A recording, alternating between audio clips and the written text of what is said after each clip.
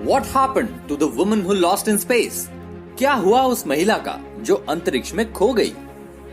एक सदी के महान फिलोसोफर सोक्रेटिस ने कहा था कि इंसान जब तक पृथ्वी से ऊपर उठकर आसमान की तरफ नहीं बढ़ेगा तब तक वो अपनी दुनिया को बेहतर तरीके से नहीं समझ पाएगा।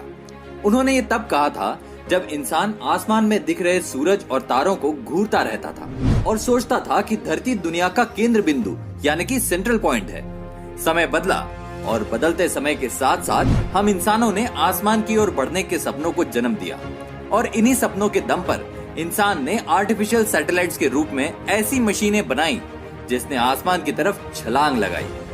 दोस्तों, आप तो जानते ही है कि अंतरिक्ष की कोई सीमा रेखा नहीं है। इस बात में कोई शक नहीं कि अंतरिक्ष में कूच करने से पहले बहुत से जानवर ऊपर भेजे गए। इसी फेरिस में पहली फीमेल डॉग लाइका हमारे अंतरिक्ष में गई। उसकी कहानी रुला देने वाली है। उसके बाद सबसे पहला बंदर जिसका नाम हैम था उसे अंतरिक्ष में भेजा गया। उसकी कहानी भी उतनी ही आंखों में पानी ला देने वाली है। जानवरों के साथ एक्सपेरिमेंट्स के बाद इंसानों को भेजा गया। सभी ये मानते हैं कि यूरी गैगरिन इस दुनिया के पहले वो शख्स थे जिसे अंतरिक्ष में भेजा गया था, लेकिन पक्के तौर पर किसी को कुछ नहीं पता। सोवियत यूनियन के समय बहुत से नए नए और नौसिखिए लोगों को अंतरिक्ष में भेजा गया। आज हम आपको एक महिला की कहानी जो अंतरिक्ष में खो गई थी उसके साथ क्या हुआ और साथ ही उस जानवर की भी कहानी बताएंगे जिसका जिक्र हमने शुरुआत में किया था।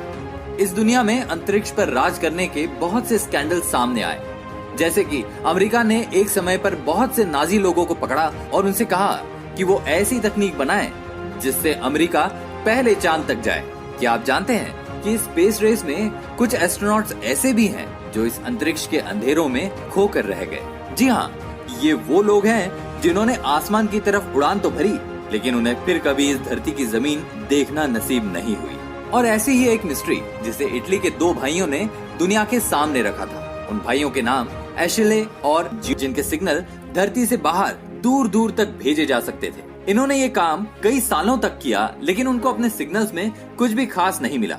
लेकिन फिर नवंबर 1963 का समय आया जब उन्होंने एक बहुत ही अजीब सिग्नल सुना। ये सिग्नल पूरी तरह से बाहरी दुनिया से आया था जो मोर्स कोड में था।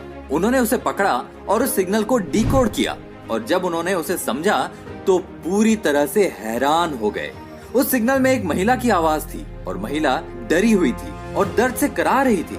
वो धरती पर वापसी की तैयारी में थी और मदद के लिए चिल्ला रही थी। हम आपको असली सिग्नल की ऑडियो क्लिप भी सुनवा देते हैं।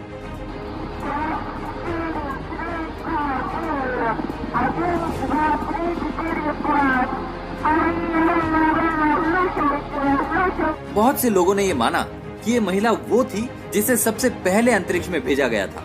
साथ ही ये माना गया कि वो सफलतापूर्वक अंतरिक्ष में पहुंच तो गई थी लेकिन वापस धरती पर आते समय उसके साथ दिक्कत होने लगी।